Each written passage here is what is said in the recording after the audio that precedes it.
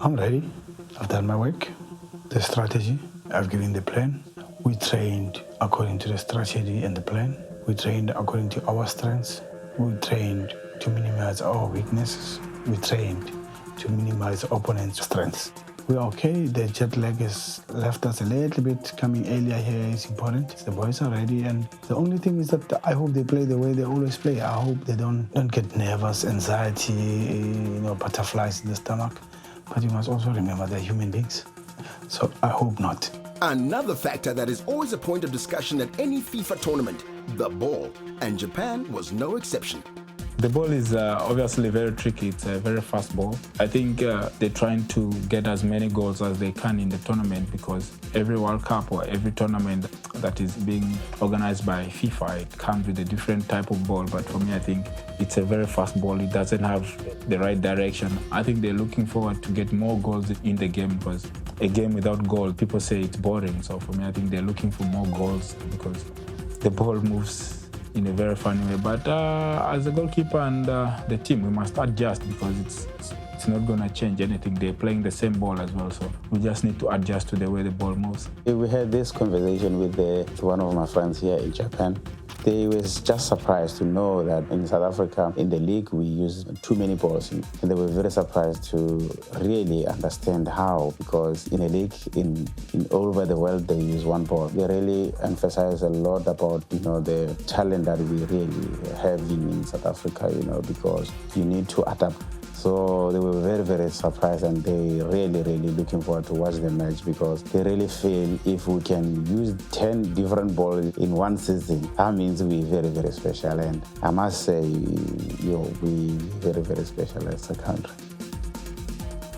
Match day -1. Time to introduce Bafana style to the world. Pitso and Kakana faced the world's press in the pre-match press conference. I went for the press conference with Kakana. Was at the highest level, highest standards.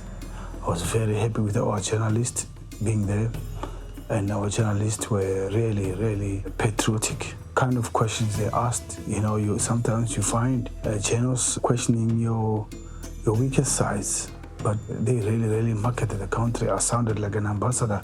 But why not? When you're in global space, you need to be proud of your country. You need to show patriotism, and you need to speak from the heart about your country, especially when it's true.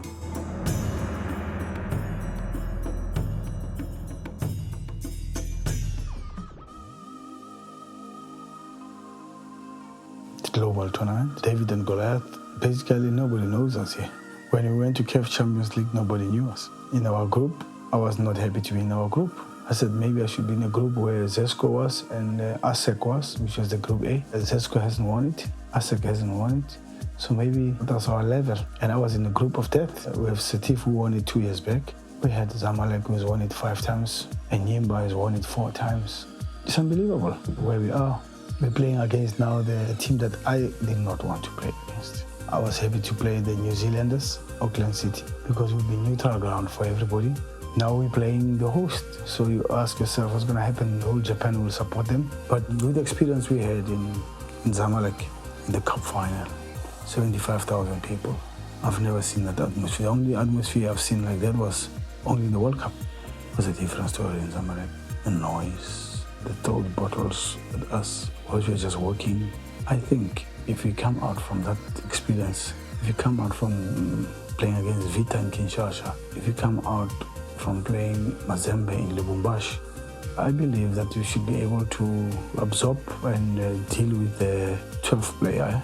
Definitely for me as an individual, it's a dream come true, because when I sit down, I look at how we went through to play against the top teams in Africa on the patchy pitches, long journeys all around the continent. And look, it motivates me to play tomorrow's game, because tomorrow we're playing a game that is watched by the entire world, and it brings the nervousness in us. But you gotta understand, it's a biggest stage of club football in the world, and it's a journey that we need to hold properly and finish off the year on a high. After all the struggles in the Africa Champions League, we need to deliver tomorrow, which is good motivation for the youngsters out there.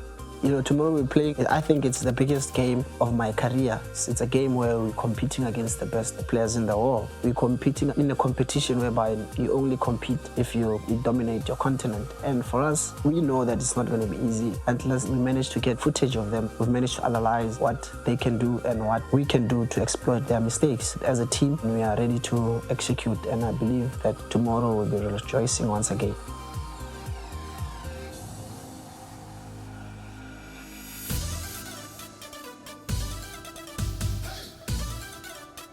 At the moment, I'm so anxious to see myself in the field of play. I think it's normal to every player. We've never been to World Cup. It is a big stage, to tell you the truth, but as a player, I think I'm looking forward to it, and I'm sure the rest of the team also thinking the same, because we're here for one thing, to represent South Africa, to represent Mamelodi Sundowns, and also to make ourselves proud. It's something that we really, really need to be proud of, because no other South African team has ever done that. And we're the team that in the World Cup at the moment, and I think we should enjoy this moment. We need to trust and believe on our way of play, and we need to play the way we play and give the best of our abilities on what we know, what we have prepared. And that, if it's not good enough, then you say, I gave my best, and my best was not good enough.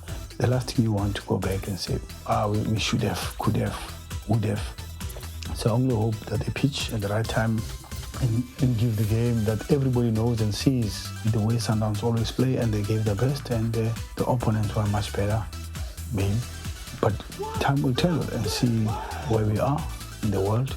So this is the time to judge.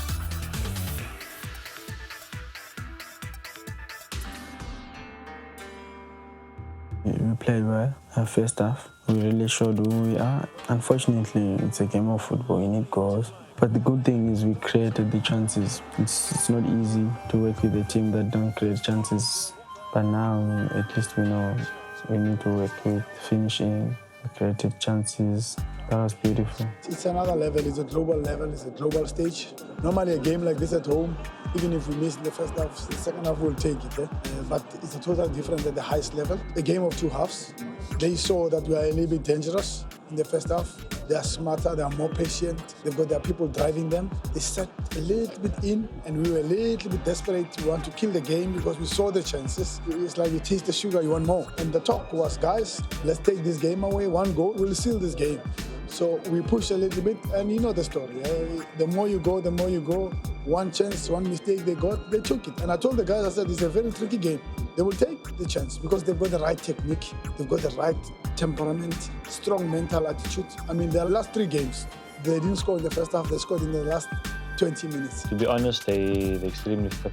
From the first whistle up until the last, they were all over the pitch. They were running here, trying to close us, pressing there, and they were extremely fit and surprisingly physical as well. They're a very good team, very tactical.